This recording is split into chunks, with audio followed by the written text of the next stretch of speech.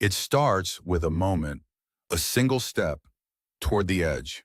A penguin stands at the frozen cliff, staring into the endless dark water below. The surface looks calm, silent, harmless. But beneath that thin layer of ice is a world no one truly sees. A world of shadows, of speed, of predators that wait without moving. And the penguin knows it. You can see it in the hesitation. Because once it jumps, there is no going back. Welcome to Antarctica, the coldest place on Earth, where temperatures fall below -60 degrees Celsius, where the wind can freeze exposed skin in seconds, and where survival is not just difficult, it is brutal. This is the story of life beneath the ice, the hidden world of penguins, and what really happens when they disappear below the surface. Before we go deeper, make sure you subscribe, because what you're about to see, most people have never even imagined. And once you understand it, you will never look at penguins the same way again. From above, penguins seem almost harmless. They waddle, they slide on ice, they gather in groups, huddling together like something out of a children's story. But that illusion breaks the moment they enter the water. Because underwater, penguins are something else entirely. They are fast, incredibly fast, faster than most fish. Their wings become flippers, perfectly evolved for one purpose: speed. They can reach up to 35 kilometers per hour. That's not just movement, that's survival, because they are not alone down there, not even close. Beneath the ice, the ocean is darker than you think. Light barely penetrates. Shapes appear and disappear in seconds. You don't see danger coming. You feel it. A shift in the water, a silence that wasn't there before, and then movement. Leopard seals, the true rulers of this hidden world. They don't chase like sharks. They wait. They watch. And when the moment is right, they strike with terrifying precision.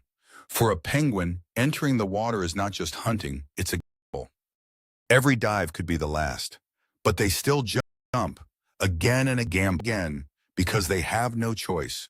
Food is below, life is below, and so is death. Watch closely. A group gathers at the edge. No one wants to go first, because the first penguin is the one that tests the water. Literally, if nothing happens, the others follow. If something does, it's already too late. This is not instinct alone. This is calculated risk, a silent agreement. Someone has to go. And then, one jumps.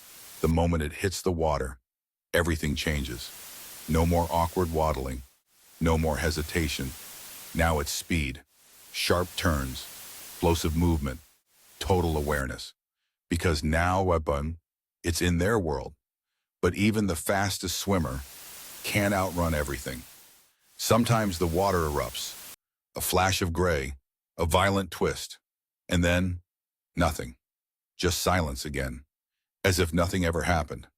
This is Antarctica, where survival isn't guaranteed, where every meal is earned, and every mistake is final. And we've only just scratched the surface, because what happens deeper below is even more extreme, more dangerous, and far more unbelievable.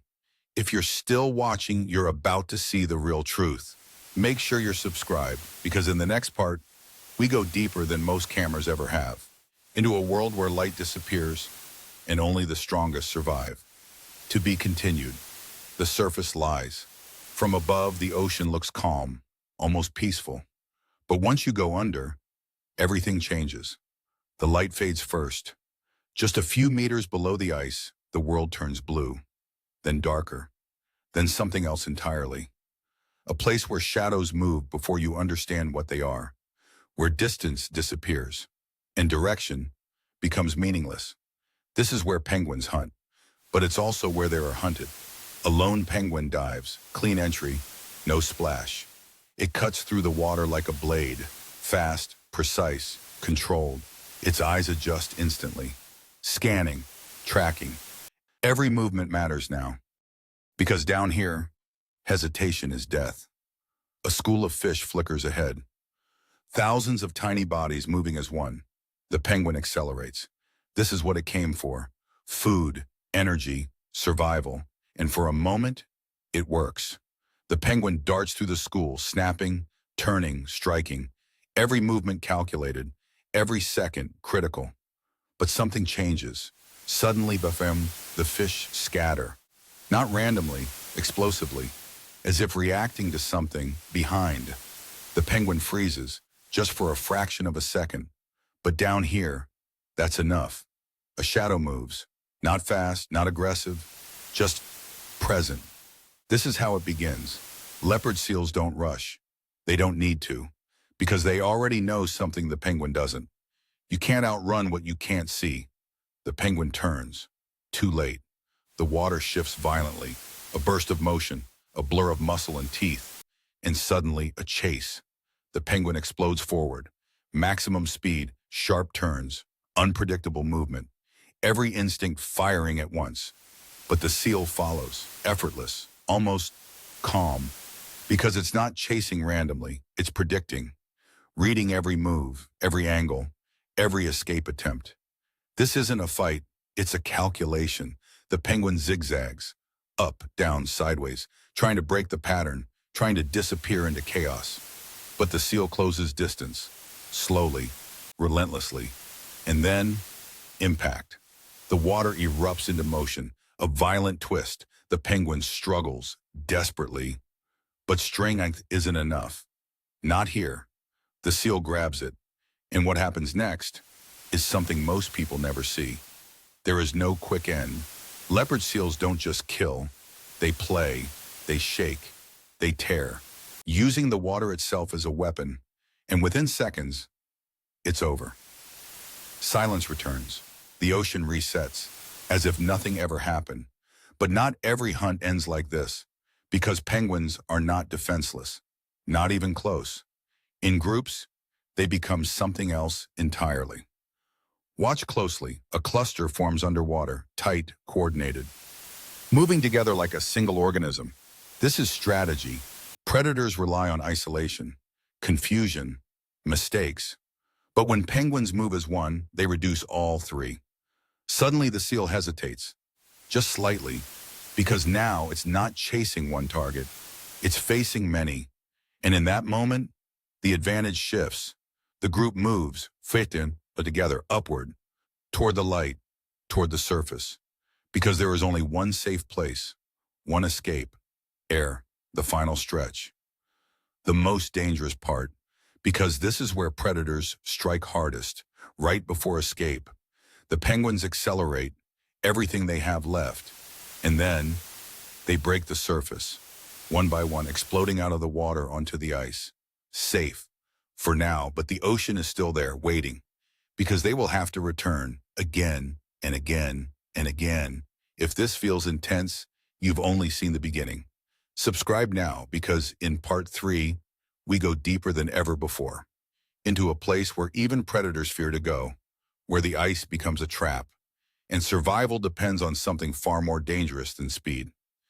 To be continued. The ice is not solid, it looks like it. From above, endless white, frozen, still, safe. But beneath it, it's a maze. A ceiling of ice stretches for kilometers. No air, no escape, no second chances. And the penguins know this, because this is where things go wrong. A group dives again. They've done this before, hundreds of times, maybe thousands. But today, something is different. The current is stronger, subtle, almost invisible, but enough to push them just slightly off course. And down here, slightly is everything. The light shifts, the familiar cracks in the ice are gone. No openings, no air pockets, no exit, just ice above them, everywhere. The penguins slow down. Instinct kicks in. Something is wrong. They turn, searching, scanning the surface above, looking for that one thing they must find, a breathing hole. Without it, they have minutes, maybe less. Their movements change. No longer hunting, now it's survival, faster, sharper, more desperate. They spread out, each one searching a different direction, because staying together now could mean all of them die. Time passes, but down here, you don't feel time. You feel pressure. The lungs burn first, then the panic begins. One penguin finds something. A small crack. Not enough. Too narrow. It tries anyway, pushing upward, hitting the ice again. Nothing. Another finds a darker patch, a shadow. Could it be?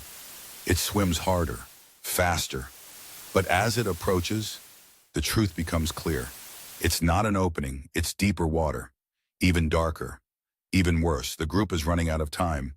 And then something appears. A hole. Small, irregular, but real. One penguin reaches it first, breaks through, air, then another, and another, but not all of them, because something else. A shape moves below, silent, patient. This is the has been watching. Perfect trap. When penguins are desperate, they become predictable. They all go to the same place, the same exit, the same point of vulnerability. The predator doesn't need to chase, it waits, right below the hole, and then it strikes upward, explosive, violent, precise. One penguin disappears instantly, pulled back into the darkness. The others scatter, but it's chaos now. No formation, no coordination, just fear. And fear creates mistakes. Another strike, another loss. The water turns into motion again, uncontrolled, desperate. But the survivors reach the hole, climb out, scramble onto the ice, breathing, shaking, alive. But fewer, much fewer. And this is the truth most people never see. The ice doesn't just protect, it traps. The ocean doesn't just feed, it hunts. And survival is never guaranteed. If this shocked you, the next part is even deeper. Subscribe now, because in part 4, we follow the penguins into the darkest depths they ever reach, where light disappears completely, and something far older than seals moves in the shadows. To be continued. There is a point where the ocean stops looking like water. No more blue, no more reflections, no more surface, just darkness. The kind that doesn't just surround you, it absorbs you. A penguin dives deeper than usual. This isn't a normal hunt, not the quick dives near the ice, not the safe, familiar paths. This is different because food is scarce. And when food disappears near the surface, you go deeper, even if you shouldn't. The pressure increases. Every meter down tightens around the body, but the penguin keeps going because hunger is stronger than fear. Above, the light fades into nothing. Below, there is only shadow. And yet, life exists here. Strange shapes, slow movements, creatures that don't belong to the world above.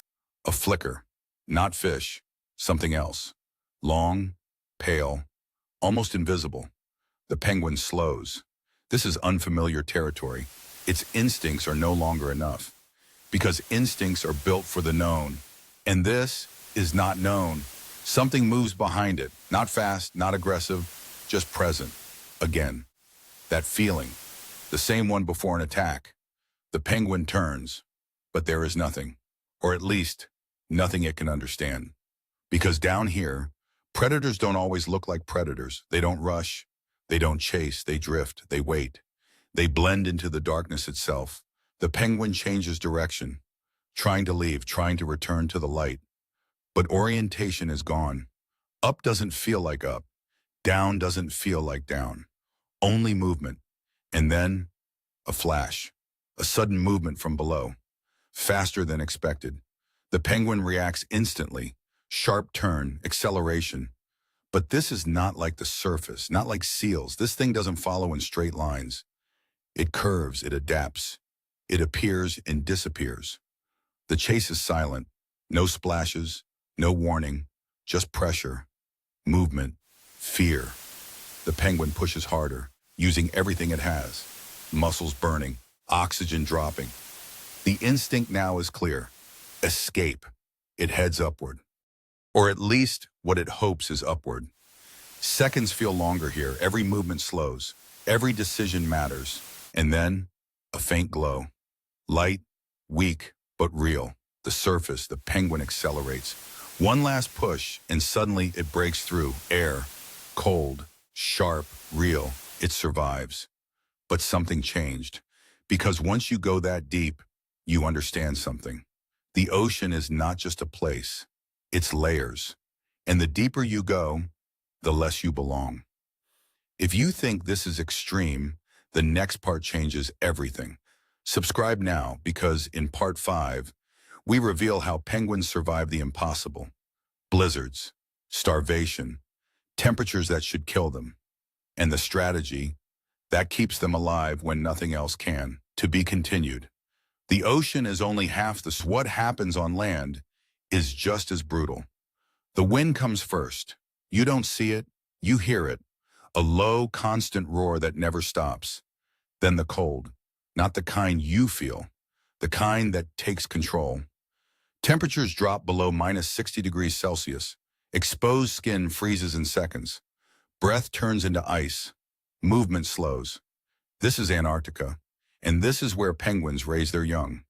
A single egg, that's all they get. No second chances, no backups. And losing it means losing everything.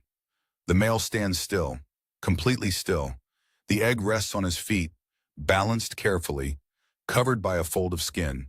He cannot drop it, not even for a second, because if it touches the ice, it dies, instantly. And so he waits. Days pass, then weeks. The storm doesn't stop, the cold doesn't ease, and he does not move. No food, no rest, no escape, just endurance. Around him, thousands of others, all the same, all waiting, all surviving. They form a circle, a living wall. This is not random. This is strategy. The outer layer takes the wind, the cold, the full force of Antarctica. Then slowly they rotate. Those on the outside move inward. Those inside move out. No leader, no signal, just instinct. Perfect coordination. This is how they survive. Together, because alone, none of them would make it. Time passes differently here. Hunger builds. The males haven't eaten for weeks. Some lose almost half their body weight. And still, they do not leave. Because they can't. If they move, they lose the egg. If they leave, the chick never lives. And so they endure. Storm after storm, night after endless night. Until something changes. A sound, soft, weak, but real. A crack. The egg begins to open. Inside, life. A chick emerges, small, fragile, unprotected. And now everything becomes even harder because the cold doesn't care. The wind doesn't stop. The danger doesn't end. And the chick cannot survive alone. The father lowers his body, carefully, protecting it from the wind. This is the most vulnerable moment because if the chick is exposed, even briefly, it's over. And yet, this is happening everywhere. Thousands of chicks, thousands of fragile lives, all depending on one thing, survival. Then, finally, movement on the horizon. The females return. They've been at sea, feeding, surviving their own battles, and now they come back, carrying food, life, hope. They find their partner, not by sight, but by sound. Each penguin has a unique call, a voice recognizable, even in a crowd of thousands. And when they reunite, the transfer begins. The chick moves from father to mother carefully, slowly, because one mistake means death. But it works. And for the first time, the father can leave, to eat, to survive, to begin the cycle again. If this feels unbelievable, the next part is even more intense. Subscribe now, because in part 6, we follow the chicks as they grow and face their first and most dangerous challenge, the moment they must jump into the ocean for the very first time. To be continued. They grow fast, faster than you'd expect, in a place where survival is never guaranteed. The chicks are no longer fragile, not like before. They stand taller now, stronger, covered in thick, soft feathers that protect them from the wind, but not from what comes next. Because there is a moment every penguin must face, a moment that decides everything. The edge. The colony moves. Slowly.